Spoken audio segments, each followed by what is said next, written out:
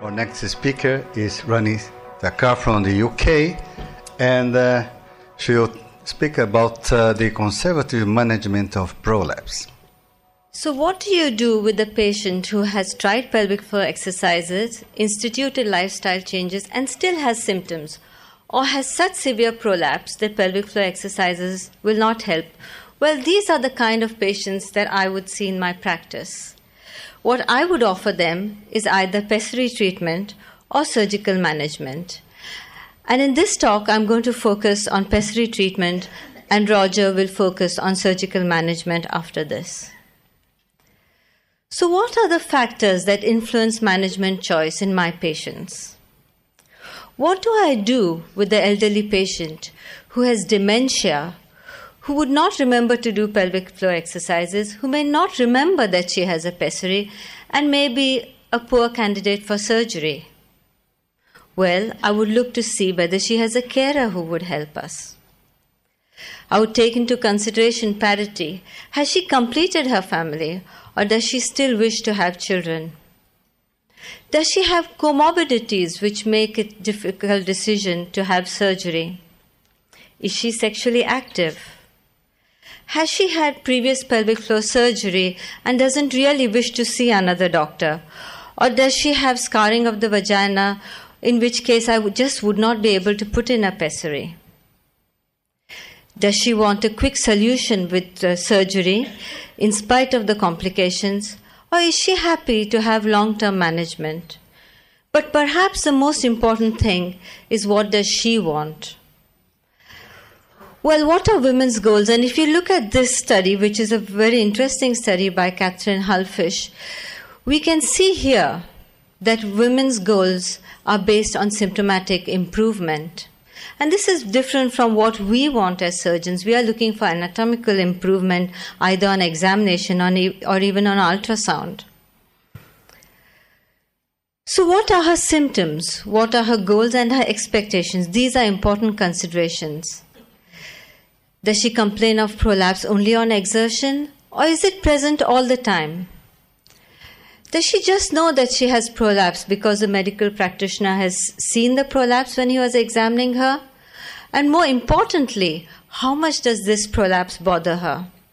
Or is she just psychologically traumatized by knowing that she has a lump? I would take into consideration voiding dysfunction, incontinence, which may not be because of the prolapse. Does she have obstructive defecative symptoms? Does she feel the lump at the end of defecation, in which case no pessary or surgery is going to help her?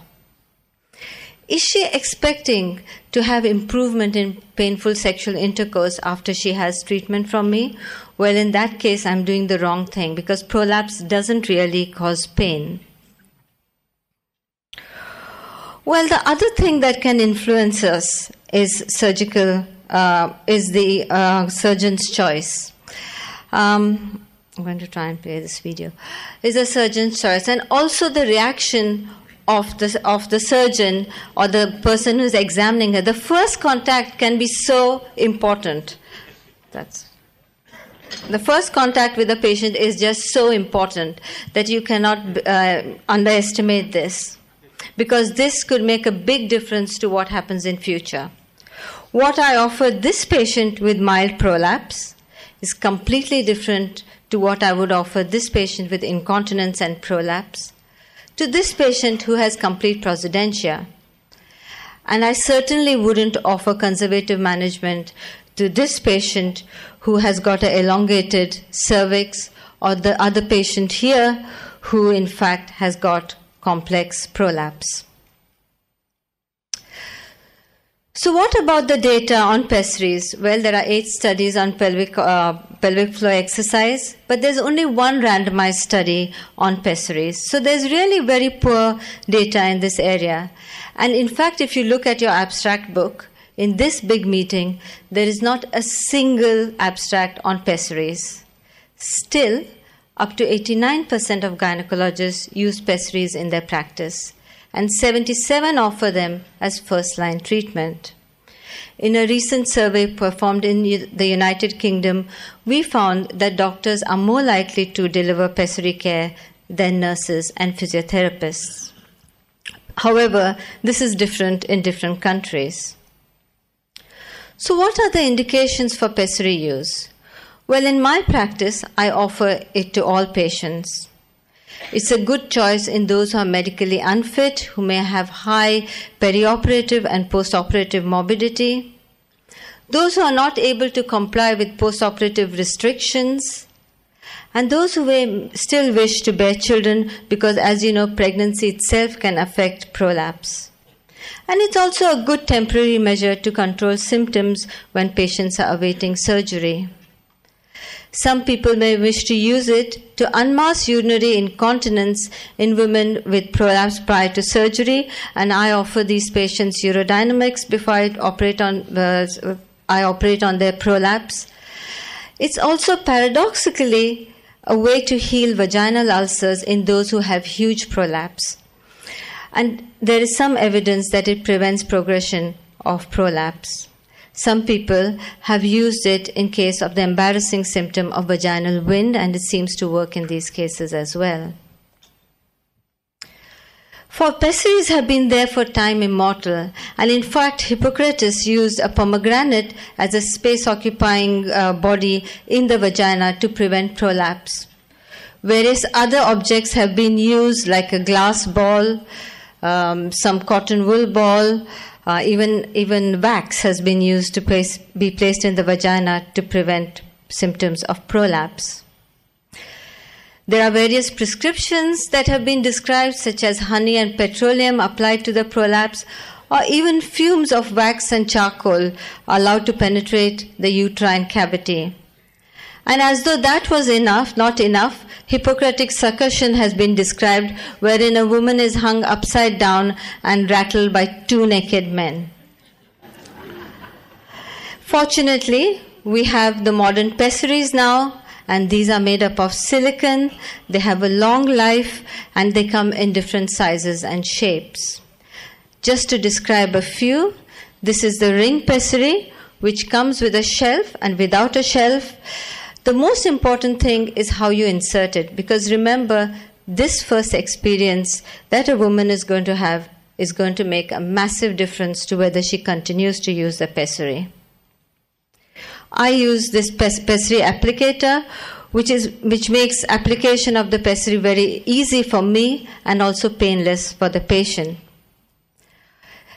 Pessaries are often described as lying behind the pubic symphysis, but this is not actually true. As you can see in this picture over here, it has nothing to do with the pubic symphysis. And this is very important when you counsel patients, because when they stand up, even though they have symptomatic relief, they might be able to feel it and want to have it removed. Then you have the Gellhorn pessary that looks like a mushroom, which really is quite useful in women who have very severe prolapse, but is effective in those who have a good perineal body. I use it in women who are not sexually active for obvious reasons. And then you have the cube pessary, a good choice in women who are sexually active, as they can take it out. Now this pessary acts by maintaining suction in the vaginal walls. Therefore, it can cause vaginal erosion, which is why we advise patients to remove this out on almost a daily basis. It's a very good choice for those who experience prolapse when they do physical exertion. Then you have the donut pessary, so called because of its shape, particularly useful in those who have a weak pelvic floor or a deficient perineal body. The ring pessary is a good choice for those who have incontinence with or without prolapse. And as you can see here, it has a knob which sits about 1.5 centimeters from the urethral orifice, and again comes with a shelf and without a shelf. So which pessary should be used? Well, this is the only randomized study wherein they compared a ring with support to a Gellhorn and found significant improvements in majority of pelvic floor dysfunction symptoms with both pessaries, with no difference between the two. What about the success rate? Your patient will want to know this. Well, pessary fitting is successful in about 71 to 90% of patients. But what was interesting is that we followed up these patients over a 5-year period and found that most of our failures occurred in the first few weeks, a few more after 6 months, but subsequently our failure rate was really low, about 1 to 2 per year. There are certain patients in whom a pessary will just not be successful. And I think this is important when you're counseling your patients, and that you do not just keep on trying different patients and causing distress for the patient. And these are patients with a short vagina, a wide hiatus, the presence of a rectocele, those who have previous surgery, and coexisting stress urinary incontinence. So do they work? What are you going to tell your patient? Well, we did a prospective study using the validated Sheffield Prolapse Questionnaire before and 4 months after insertion of the pessary, and found that there was a significant improvement in vaginal symptoms, bladder and bowel symptoms as well. And surprisingly, we found that there was an improvement in sexual activity as far as frequency and satisfaction was concerned. We followed these ladies up at 12 months and included a few more patients. Again, the improvement in vaginal, bladder, and bowel symptoms was sustained. Women still remained sexually satisfied, and there was an improvement in quality of life. What about body image? Well, this is a very interesting study, which in addition to pelvic floor symptoms, they have looked at body image. And as you can see over here, there seems to be an improvement in body image in spite of having a pessary in the vagina, and this really surprises me. So now your patient is going to want to know, doctor, should I have a pessary or should I have surgery? What do you tell her? Well, we compared 2 cohorts of women, one who had surgery and one who had pessary, 1 year after treatment, and found no significant difference in prolapse, urinary, or bowel symptoms. So when should you change a pessary? And really there's no consensus of opinion as to when the pessary should be changed. We often teach women to self-care, and I think in Canada this is taught very commonly, in which case you just follow up your patient almost every year to make sure that they haven't got a pessary left in the vagina, which they've forgotten about. The generally accepted duration for change, if the clinician is doing it, is about 4 to 6 months. But follow-up is vital because most complications occur in pessaries that are forgotten. There can be minor complications such as discharge, which is foul smelling, abrasion or erosion, or vaginal bleeding. And in these patients, you give them a pessary holiday. That is, you take the pessary out for about 2 weeks, give them vaginal estrogens, and that usually sorts the problem out. When there is vaginal bleeding, it's important to ensure that there isn't underlying endometrial cancer that you're forgetting about. Some patients may get obstructed defecation, voiding difficulty, and pain, and this is usually because the pessary is too big, and all you need to do is downsize it. Major complications have been described in case studies such as fistula, intravesical migration of the pessary, bilateral hydronephrosis, cancer, sepsis, and evisceration. And these really are case reports, and in all of these, the pessary was neglected and forgotten about. This is a patient who came to our casualty. She was a 77-year-old lady with postmenopausal bleeding with offensive discharge. When she was examined by the residents, they thought she had cervical cancer. We had one smart young A&E doctor who did an X-ray. And then we found this ring over here. What this was a pessary that the lady had forgotten about 32 years ago, and was a rubber ring with a metal ring inside it. There can be situations when the anterior and vaginal wall can fuse around the ring pessary, and what must not be done in this case is a surgical excision of this. All you need to do is go to your friendly orthopedic surgeon, get a bone cutter, cut that through, and feed it through and take it out. Now this can sometimes work like a colpocliasis, and the prolapse seems to go away. So what's my conclusion? Well, vaginal pessaries are an effective and simple method. They give immediate relief, and therefore I offer it to all my patients with symptomatic pelvic organ prolapse.